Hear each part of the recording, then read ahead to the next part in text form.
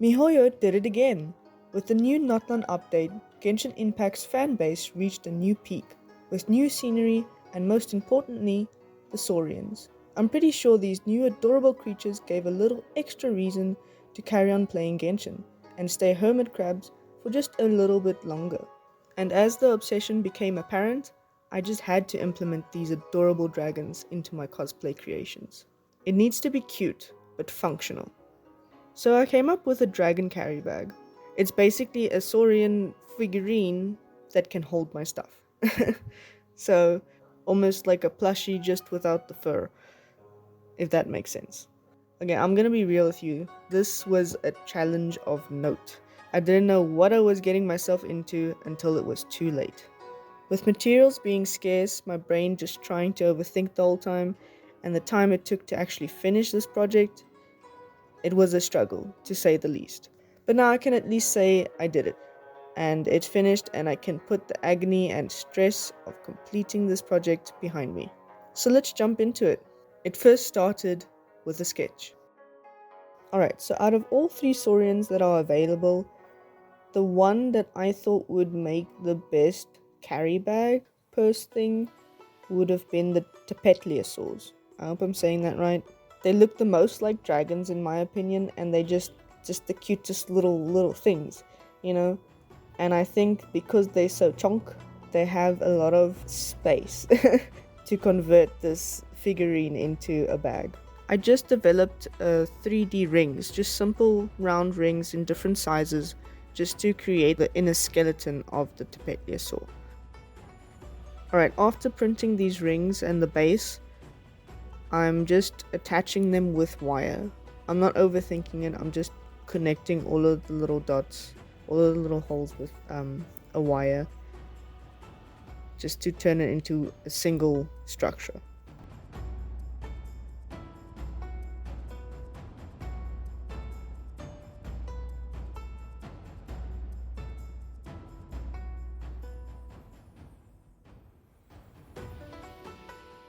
After the ring skeleton thing was complete, now I'm just using an old t-shirt and I'm just cutting out the pieces for the pouch that goes on the inside of the skeleton. I'm not an expert at sewing or any terms or anything like that, so I'm just cutting out pieces and checking if they fit and just putting them together.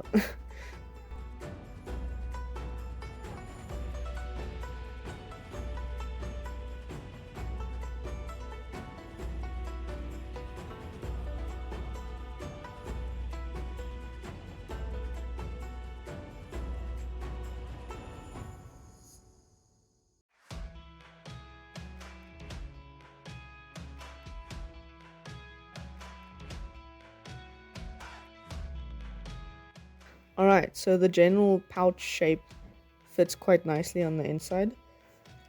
And I just used more old material just to wrap around this structure, just to give it some more cushion.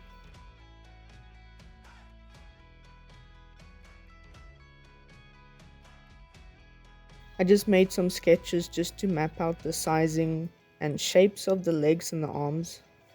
It is not the best work, but it will do. And then I'll just use styrofoam to cut out the bases of the legs and arms.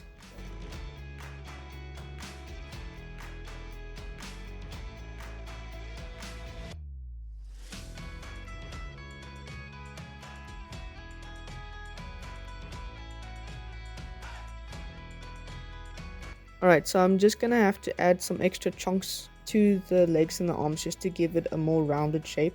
And then I'll just carve it into it with a blade just to give it shape.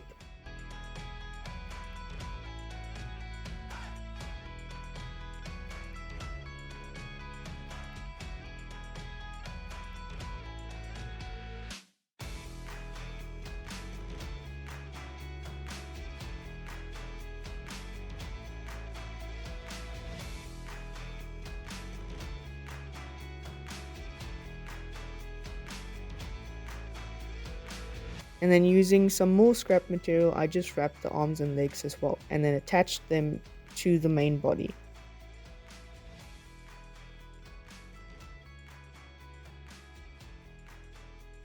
At the moment it looks like a very strange chicken, but trust the process.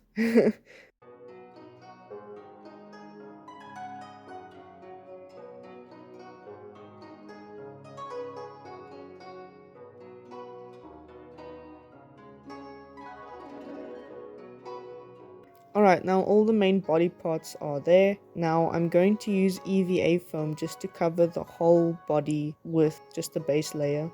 I didn't have a specific pattern I was going with or anything. Honestly, I was too lazy to try and draw up an entire pattern for this thing, so I just cut out random pieces and just stuck them to the body.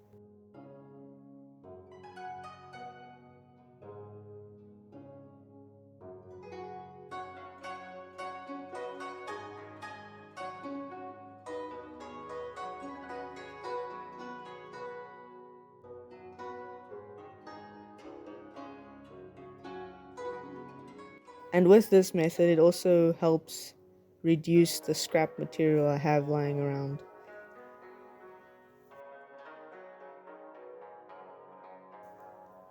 Alright, so I didn't mention this before. The only glue I'm using to glue everything together is just contact adhesive. Halfway through this process, I thought to myself, maybe I should have done the baby to Petliasaur, because that is even cuter. I mean, just look at this face. That's just adorable.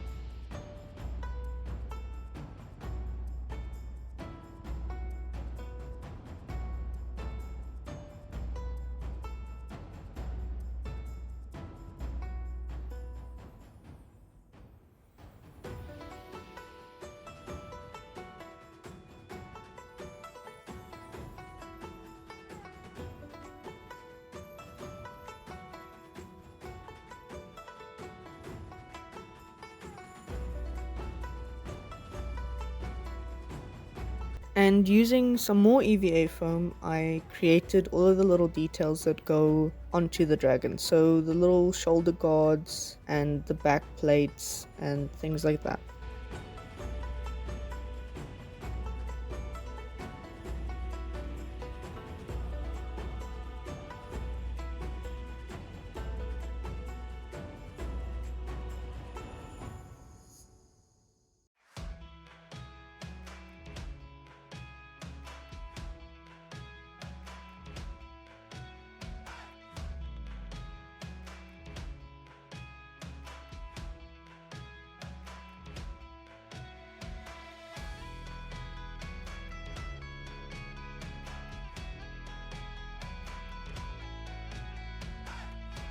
I decided to do the toenails and the fingernails out of EVA foam clay.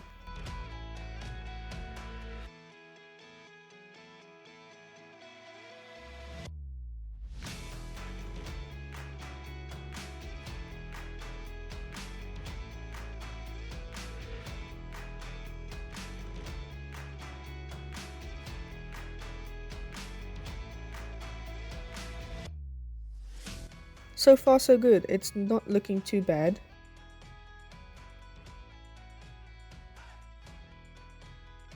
Once all of the foam sheets are glued and in place, now I'm going to use EVA foam clay just to fill up most of the cracks. I apologize for the random camera angles. I didn't realize this figurine is going to be as big as it was, and it didn't fit on my desk completely. So you get a bit of insights on the background there of what a mess my desk is most of the time.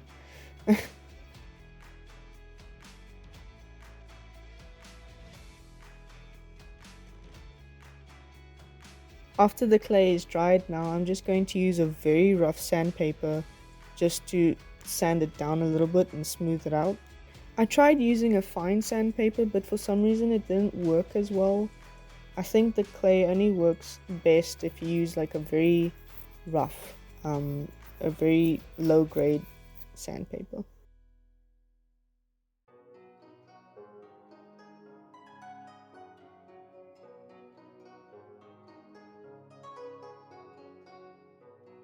Alright, time for the most difficult part in my opinion, and that was creating the giant horns or giant spines on the back of the Tepetliasaur.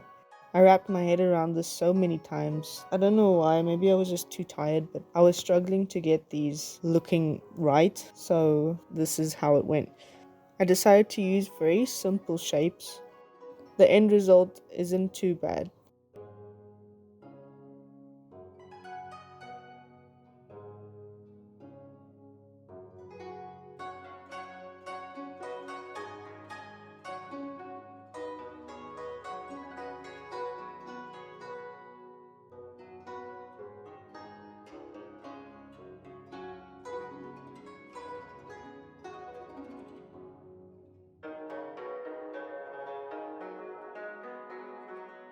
Alright, with all the pieces ready, I'm using an old piece of canvas and just covering the hole at the back. Oh, I didn't mention this before, but if you've noticed, I kept a hole open on the back side where the neck is. Now that is where the entrance to the pouch will be. And I'm going to stick the spines onto this canvas. Essentially, the spines will be able to lift open, opening and revealing the entrance to the pouch on the inside of the Tepetliasaur or the dragon, if that makes sense. It's a bit messy. Alright, time to put all of the little pieces on together from his nose to his spine.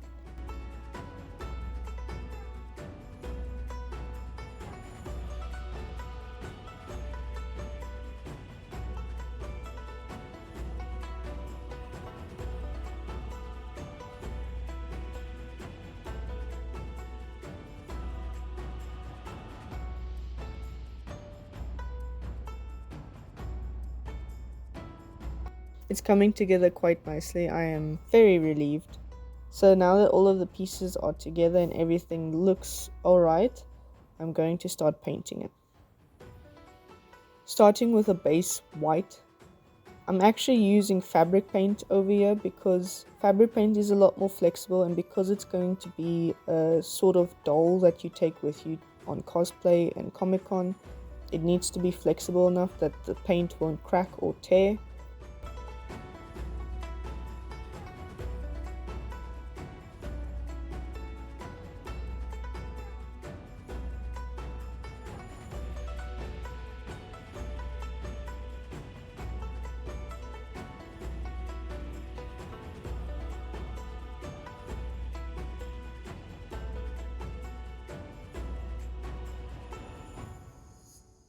Now I just want to paint all of the base colors first.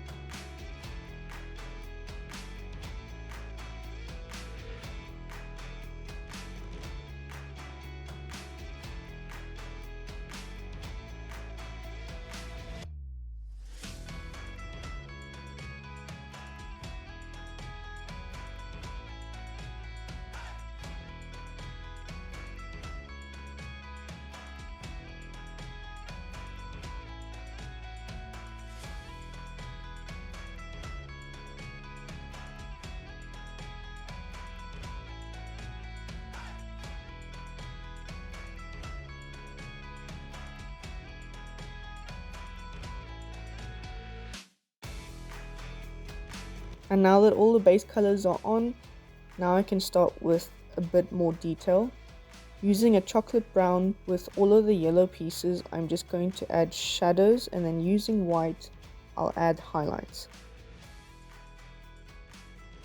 I'm just trying to make it look as close to the game as possible.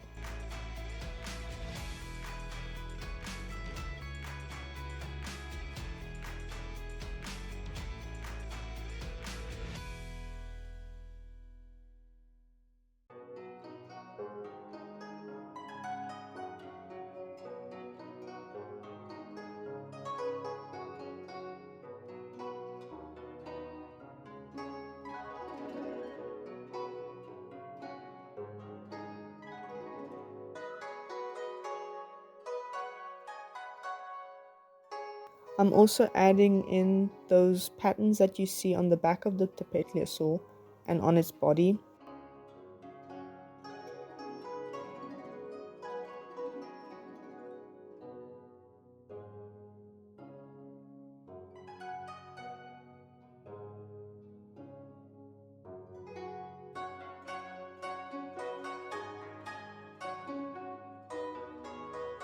For all of the grey pieces, the dark grey pieces, I'm going to use more paint grey to add shadows, and then using white to add highlights.